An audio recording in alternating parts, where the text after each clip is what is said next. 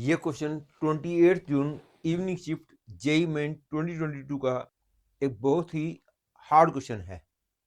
इस क्वेश्चन को तो मैं जेई एडवांस लेवल में भी एक हार्ड क्वेश्चन बोलूंगा। ये क्वेश्चन जेई मेंस लेवल का तो बिल्कुल भी नहीं है, लेकिन आया तो है। ये क्वेश्चन फंक्शन और परमुटेशन कॉम्बिनेशन चैप्टर से रिलेटेड है। कम से कम इस क्वेश्चन को एग्जामिनेशन टाइम में तो सोच पाना एक बहुत ही टफ काम है। मैंने इसका क्रिस्टल क्लियर सोल्यूशन कहीं भी किसी भी वीडियो या बुक में नहीं देखा, लेकिन ये वीडियो देखने के बाद आपको इस क्वेश्चन का सॉल्यूशन बिल्कुल क्लियर हो जाएगा। Really it is a lovely question. इस क्वेश्चन करने के लिए किसी भी नए या हायर लेवल के कॉन्सेप्ट की जरूरत नहीं है। इस क्वेश्चन करने के लिए आपको केवल ऑन टू फंक्शन का मीनिंग क्लियर होना चाहिए और फंडामेंटल प्रिंसिपल ऑफ काउंटिंग पता होना चाहिए। और फंडामेंटल प्रिंसिपल ऑफ काउंटिंग तो बच्चे परमुटेशन कॉम्बिनेशन चैप्टर के स्टार्टिंग में ही पढ़ लेते हैं। और फिर भी यदि किसी को फंडामेंटल प्रिंसिपल ऑफ काउंटिंग नहीं पता, तो पहले मैं आपको वो बता देता हूँ। If one event can happen in m ways, other event can happen in n ways, the number of ways in which both the events will happen is m into n। इसकी ज़्यादा डिटेल बताने की जरूरत नहीं है, क्योंकि ये बात सबको पता ही होगी। कोई हायर लेवल का कॉन्सेप्ट ना होने के बावजूद ये एक टफ क्वेश्चन है, क्योंकि इसके अंदर सोच पाना मुश्किल है। कम से कम एग्जामिनेशन टाइम में तो मुश्किल है, अदरवाइज भी आसान नहीं है। तो जब मैंने आपको ये हिंट दे दिया है कि इसमें किसी भी हायर लेवल के कॉन्सेप्ट की जरूरत नहीं है, केवल आपको ऑन टू फंक्शन और फंडामेंटल प्रिंसिपल ऑफ काउंटिंग के बारे में ठीक से पता हो, तो आप ये क्वेश्चन कर सकते हो। तो यदि आप चाहो तो वीडियो को यहाँ पॉज कर सकते हो और अपने आप सोचने की कोशिश करो। Otherwise you can see the solution. इस सोल्यूशन की लेंथ थोड़ी सी बड़ी हो सकती है, क्योंकि समझाने में मेरे को देर लग सकती है। How I will do see. पहले मैं क्वेश्चन को पढ़ देता हूँ। इस क्वेश्चन में कहा गया है सेट S में एलिमेंट्स हैं 1 2 3 4 and you have to find the number of elements in the set this, and this set is the set of functions for which domain is S cross S, codomain is S, and F is onto function and satisfy this condition, that is FAB should be equal to FBA should be greater than equal to A for all ordered pair AB belonging to S cross। you have to fill in the blank। कहने का मतलब कि हमको पता लगाना है कि यदि कोई सेट S दे रखा है जिसमें एलिमेंट्स है 1 2 3 4, तो ऐसे कितने ऑन टू फंक्शन होंगे जो कि S क्रॉस S के एलिमेंट्स पे ऑपरेट करेंगे और आंसर में S का एलिमेंट देंगे, और वो फंक्शन इस कंडीशन को सेटिस्फाई करना चाहिए, that is F order pair A B पे ऑपरेट करे या ऑर्डर पेयर बी ए पे ऑपरेट करे, आंसर सेम आना चाहिए और it should be greater than equal to A for all order pair A B belonging to S cross S। पहली बात तो ये इंपॉर्टेंट बात ध्यान दो कि इस रिलेशन को मैं ऐसे लिख सकता हूं, F B A is equal to F A B, और इस सिचुएशन में यहां पे greater than equal to B आएगा, क्योंकि ए बी बी ए है तो greater than equal to A है। लेकिन इस बात को मैं ऐसे भी तो बोल सकता हूं, तो ऐसे करके बोलेंगे तो greater than equal to B आएगा। That is I mean to say for this condition to be satisfied this condition also must be satisfied. या इसको आप एग्जांपल से समझो, यदि यहां पे F 24 पे ऑपरेट करता है, तो according to this F24 should be equal to F42 should be greater than equal to 2। और इस बात को मैं ऐसे भी तो बोल सकता हूं, F42 is equal to F24, और ऐसा करके बोलूंगा तो ग्रेटर देन इक्वल टू 4 आना चाहिए। और दोनों कंडीशन सेटिस्फाइड होने का मतलब दिस कंडीशन इज सेटिस्फाइड, क्योंकि यदि ये कंडीशन सेटिस्फाइड होगी तो ये ऑटोमेटिकली सेटिस्फाइड हो जाएगी, क्योंकि 4 से बड़ा होगा तो 2 से बड़ा अपने आप हो जाएगा। दैट इज इस कंडीशन को मैं ऐसे बोल सकता हूं कि F A B is equal to F B A is greater than equal to maximum of A and B. यहां पे ऐसे लग रहा है कि जैसे ये ऑर्डर पेयर लिखा हुआ है, ऑर्डर पेयर नहीं है। मैक्सिमम ऑफ ए को बी का मतलब है यहां पे ए एंड बी, मतलब कि अब क्वेश्चन ये हो गया कि हमने पता लगाना है कि कितने फंक्शंस ऐसे होंगे जो ऑन टू होंगे, एस क्रॉस एस के एलिमेंट्स पे ऑपरेट करेंगे और आंसर में एस का ही एलिमेंट देंगे और इस कंडीशन को सेटिस्फाई करेंगे। कहने का मतलब है हमारा जो फंक्शन है उसका डोमेन एस क्रॉस एस है और एस क्रॉस एस के एलिमेंट्स ऑब्वियसली ये वाले होंगे, तो क्लियरली इसके अंदर 16 एलिमेंट्स होंगे क्योंकि एस के अंदर 4 एलिमेंट्स हैं, तो एस क्रॉस एस के अंदर 16 एलिमेंट्स होंगे और हमने पता लगाना है कितने ऑन टू फंक्शंस होंगे जो इसके एलिमेंट पे ऑपरेट करें और आंसर में इसका एलिमेंट दें और वो सारे फंक्शंस इस कंडीशन को सेटिस्फाई करने चाहिए। फॉर एग्जांपल यदि F12 पे ऑपरेट करता है तो F12 should be equal to F21 should be greater than equal to maximum of 1 and 2 is 2। ये बिल्कुल ठीक से देख लो कि इसका मतलब है कि FAB बराबर होने चाहिए और should be greater than equal to maximum of A and B. लिखा गया है अकेला greater than equal to A, लेकिन इसका मतलब बन जाता है greater than equal to maximum of A and B. और क्योंकि मैं चाहता हूं कि आपको ये सॉल्यूशन बिल्कुल क्रिस्टल क्लियर हो, इसलिए एक बार फिर याद दिला देता हूं कि इसका मतलब बनता है कि F12 should be equal to F21 should be greater than 1, लेकिन इसको मैं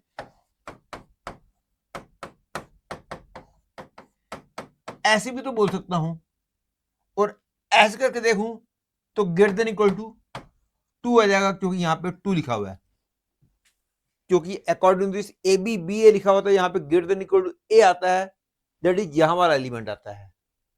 इसको क्योंकि मैं ऐसे लिख सकता हूं तो इसका मतलब हो गया यहां पे ग्रेटर देन इक्वल टू 2 आएगा, तो ये ग्रेटर देन इक्वल टू 1 भी हो, ये ग्रेटर देन इक्वल टू 2 भी हो, तो this combined means this should be true.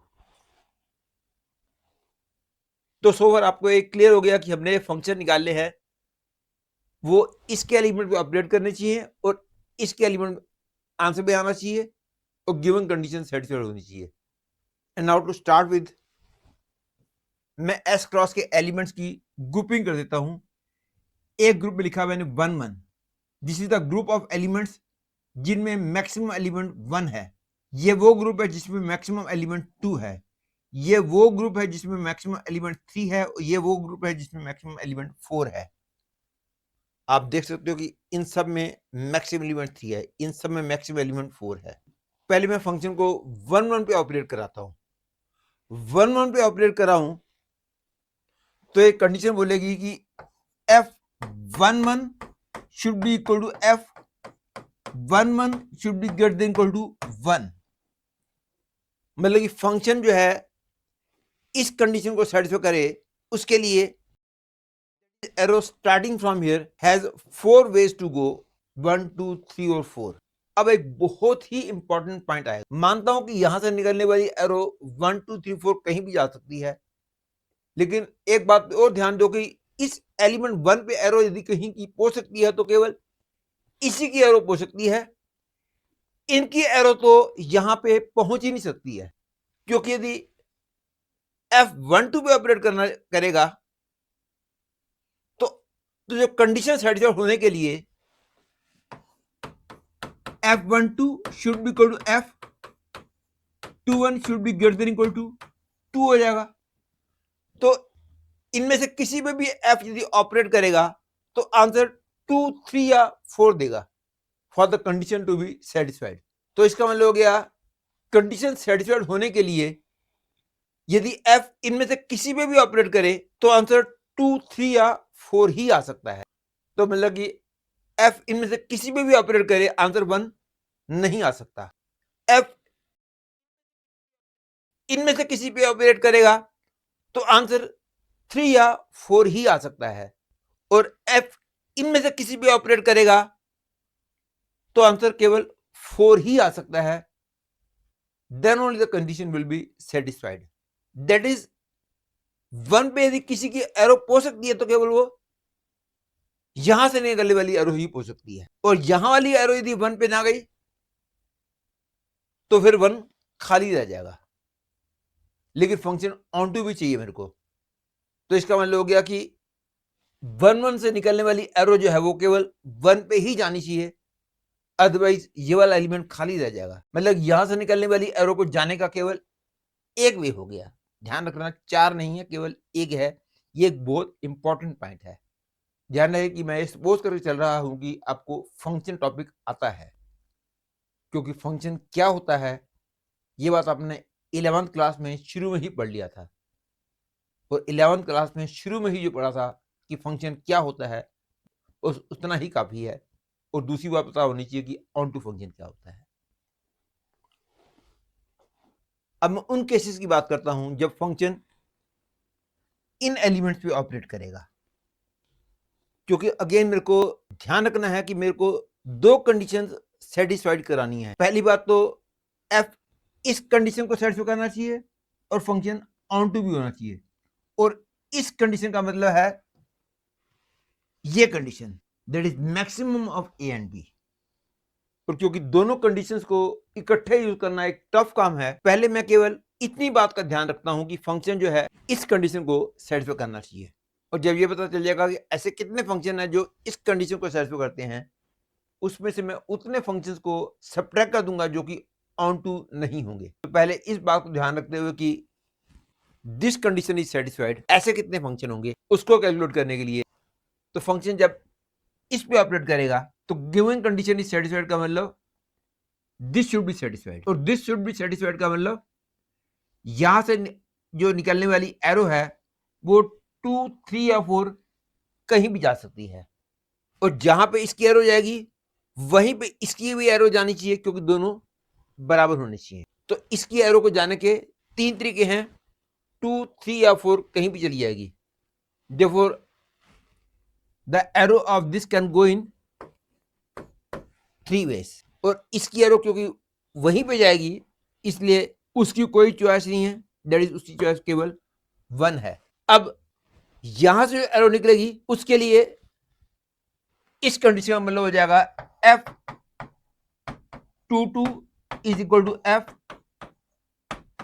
F22 is greater than equal to 2, that is इसकी एरो को जाने के भी 3 तरीके हो गए, that is into 3, that is I mean to say इन सब की एरो को जाने के 3 तरीके हैं, लेकिन इन दोनों की एरो एक ही जगह जाएगी। सिमिलरली F13 पे ऑपरेट करेगा या F31 पे ऑपरेट करेगा, रिजल्ट सेम आना चाहिए।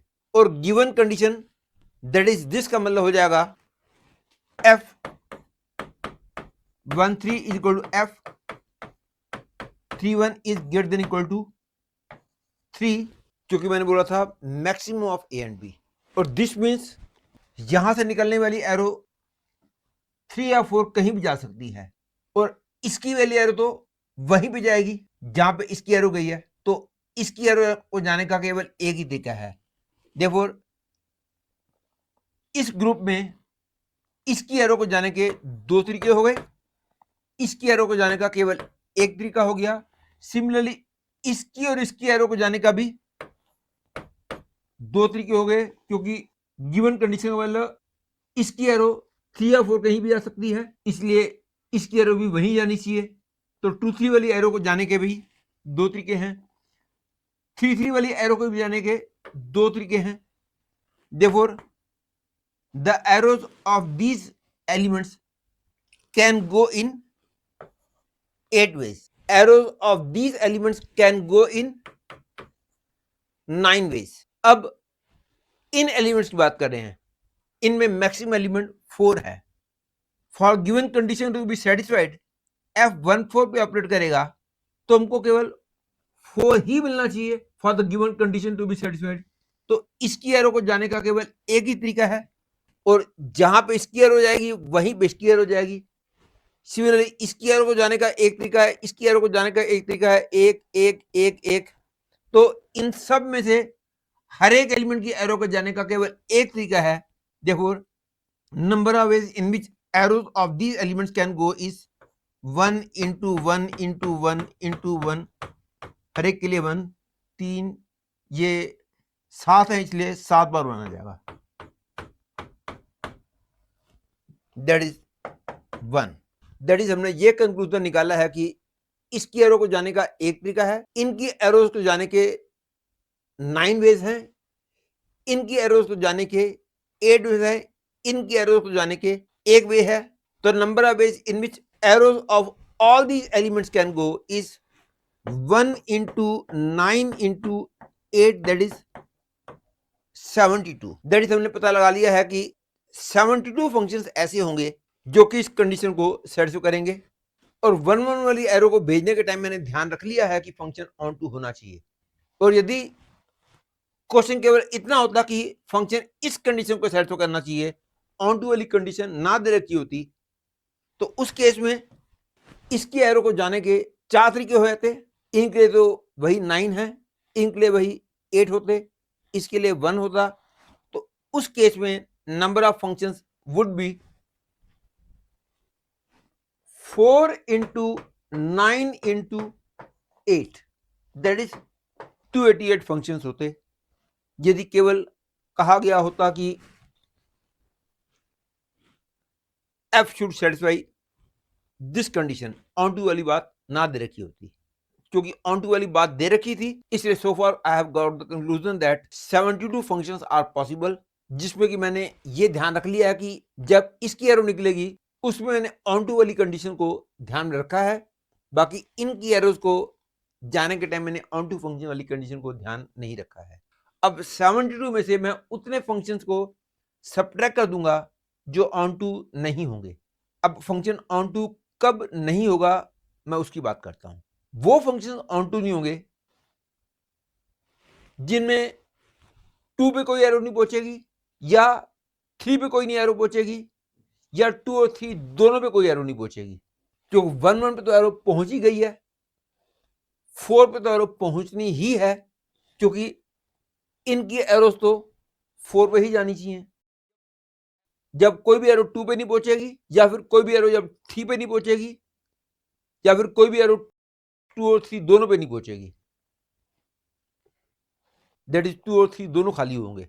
पहले मैं कैलकुलेट करता हूं कि कितने फंक्शंस ऐसे होंगे जिनमें 2 पे कोई भी एरो नहीं पहुंचेगी। Suppose A is the set of functions जिनमें 2 पे कोई भी एरो नहीं पहुंचेगी। फिर मैं सपोज करूंगा कि B is the set of functions जिनमें 3 पे कोई भी एरो नहीं पहुंचेगी। Then number of elements in A union B का मतलब हो जाएगा नंबर ऑफ फंक्शंस जिनमें 2 पे कोई एरो नहीं पहुंचेगी या 3 पे कोई भी एरो नहीं पहुंचेगी। वो सारे ऑन टू नहीं होंगे, इसलिए उनको मैं 72 में से सब्ट्रैक्ट कर दूंगा। That is N A union B की जो वैल्यू आएगी उसको मैं 72 में से सब्ट्रैक्ट करूंगा। पहले मैं पता लगा रहा हूं कि एन ए कितना होगा, क्योंकि एन ए यूनियन बी का मतलब होता है N A plus N B minus N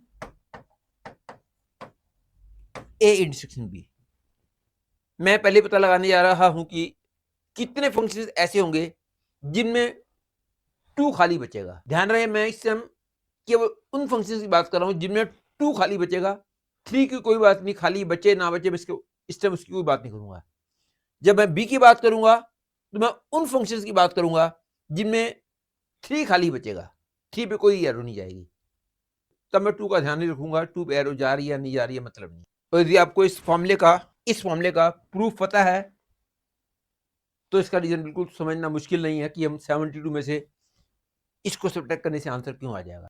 और इसका प्रूफ कोई बिल्कुल भी मुश्किल नहीं है कि number of element in A union B, number of elements in A plus number of elements in B minus number of elements in A intersection B क्यों होता है। बहुत छोटी सी बात है, सबको पता होगी। And now to find the number of functions जिनमें कि 2 पे कोई भी एरो नहीं पहुंचेगी। तो ये तो हम देख ही चुके हैं कि ये वाली एरो तो 1 पे ही जानी चाहिए। अब for the given condition to be satisfied 1 2 वाली एरो जो है यदि 2 पे नहीं जा सकती है तो इसकी एरो को जाने के दो तरीके हो गए, 3 पे जाएगी या 4 पे जाएगी। That is the arrow of this can go in 2 ways. और इसकी एरो तो वही जाएगी जहां पे इसकी एरो गई है, इसलिए इनटू 1। और इसकी एरो को भी जाने के दो तरीके हो गए, 3 या 4, that is into, that is 4 ways. That is the arrow of these elements can go in 4 ways. अब इन एलिमेंट्स की एरो की बात करते हैं। For the given condition to be satisfied इसकी एरो को भी जाने के दो वेज हैं, 3 या 4 कहीं भी जाएगी। तो इसकी एरो को जाने के दो तरीके हो गए, 3 या 4। इसकी एरो तो वही जाएगी जहां पे इसकी एरो गई है, इसलिए 2 इंटू 1 इंटू इसकी एरो को भी जाने के दो तरीके हो गए, 2 इंटू इसकी एरो को जाने का एक ही वे हो गया, इंटू इसकी एरो को जाने के फिर अगेन 2 वेज हो गए, दैट इज 8। और इनकी एरो को जाने के तो केवल एक ही तरीका है कि ये 4 पे ही जाएंगी, इसलिए 1 इंटू 1 इंटू 1 उन सबका था एक वे हो गया। The number of ways in which the arrow of all these elements can go is 1 into 4 into 8 into 1, that is 32।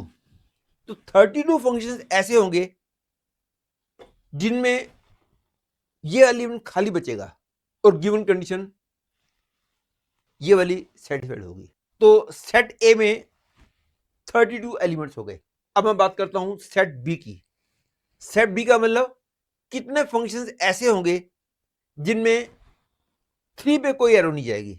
अब तक मेरे को लगता है आपको क्लियर हो चुका होगा, फिर भी आपको क्लैरिटी के लिए कर देता हूं कि अब 1 2 से निकलने वाली एरो गिवन कंडीशन को सेटिस्फाई करने के लिए 2 या 4 पे जाएगी। Therefore this arrow can go in 2 ways. इसकी एरो तो वही जाएगी जहां पे इसकी एरो गई है, इंटू 1। इसकी एरो को जाना के भी दो तरीके हो गए, दैट इज 4। अब इनकी एरोस को जाने का तो केवल एक ही तरीका है, क्योंकि वो 3 पे कोई भी एरो नहीं जानी चाहिए। इन सब की एरो केवल 4 पे ही जाएगी, इसलिए 1 इंटू 1 इंटू 1 इंटू 1 कितनी बार? 5 बार। और इनकी एरो को जाने का तो वैसे ही वे है, एक वे है, that is 1 7 times. Therefore 1 into 4 into 1, that is 4 functions are there जिनमें कि 3 पे कोई भी एरो नहीं जाएगी। अब मैं पता लगाऊंगा number of elements in A intersection B, that is number of functions जिनमें कि 2 और 3 दोनों पे एरो नहीं जाएगी। तो ऐसा तो केवल एक ही फंक्शन है, क्योंकि तब 1 1 की एरो 1 पे जाएगी और इन सब की एरो को जाने का केवल एक ही तरीका है, वो सब एरो 4 पे जाएंगी। तो केवल एक फंक्शन ऐसा होगा जिनमें 2 और 3 दोनों पे एरो नहीं जाएगी। Therefore, number of elements in A union B will be 32 plus 4 minus 1, that is 35।